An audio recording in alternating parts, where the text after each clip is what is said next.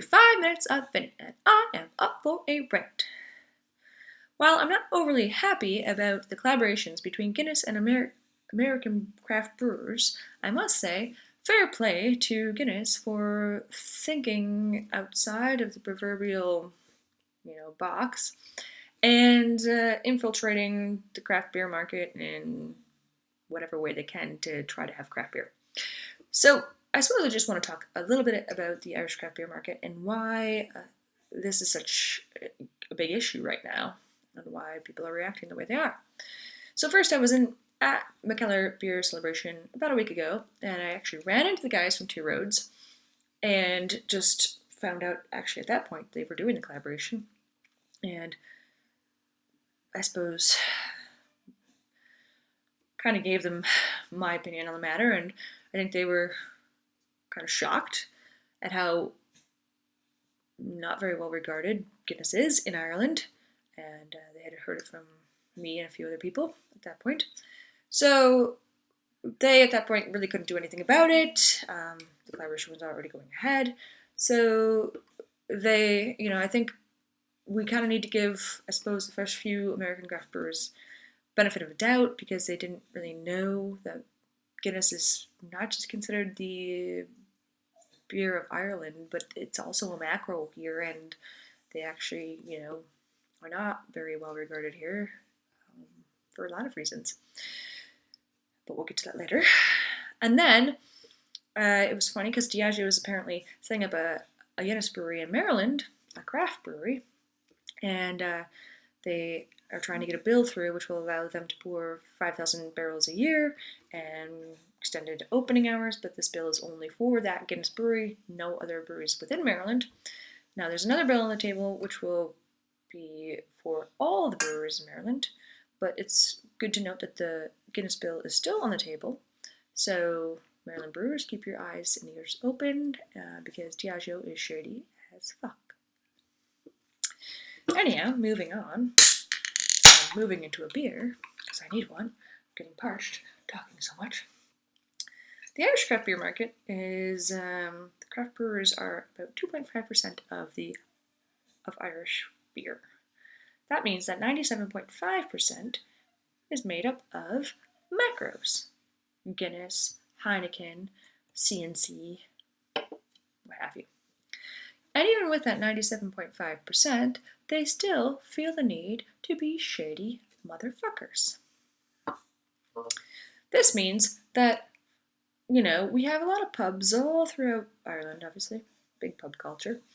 And a lot of those pubs, the macros will pay to hold those taps. So they will pay the publicans to hold the taps, and sometimes all the taps in the pubs. They'll often offer incentives to publicans to sell their beers. And this is actually got that from a former Diageo employee, so I know it definitely happens, the incentives. And, a lot of this is kind of hearsay, talked about kind of under the, guys, because nobody's going to put that on the record because it's their livelihood to do that. And yes, I suppose I have heard of, craft brewers, buying taps as well, but that really shouldn't be happening because you're just feeding into it and allowing it to continue, and it's just bullshit.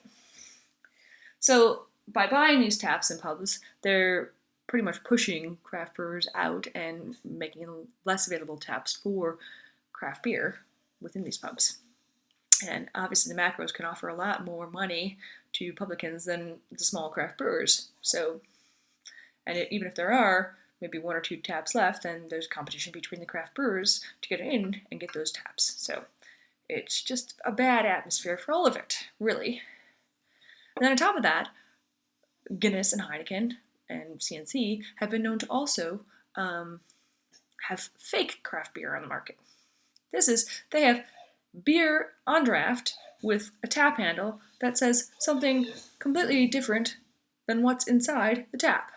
Especially Heineken and CNC have actually been shown to be doing this they found out that they were doing this.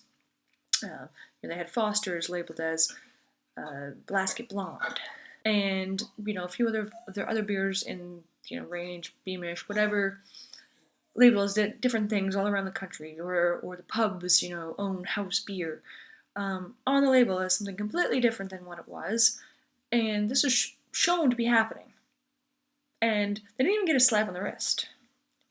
FSAI and HSC just said, we'll keep an eye on it, and that's all that happened. Nothing else, no repercussions. So, really, what keeps them from doing it? They don't fucking care. They'll continue to make fake craft beer brands. Heineken alone has Orchard Thieves and Cute Whore, which, most people can't even tell where the fuck those are coming from. They just think it's, some craft beer brand. Guinness, has same things on the tap handle, but at least most of the time they do say where they're brewing it. But it's still a little confusing for the consumer because they don't know whether it's crafted or not. They don't know what's happening. A lot of consumers have no idea where the beer's coming from or what is craft and what's not craft. So you're here nor there. And obviously, from craft brewers in America doing collabs with Guinness, maybe they think Guinness is a microbrewery. Who knows? So, it's a lot of shady stuff going on, and it just makes the market so much harder for craft brewers to make it when macros are acting like assholes and getting away with it. And there's no way to really, I suppose, stop it when the agencies required to do so don't feel the need to.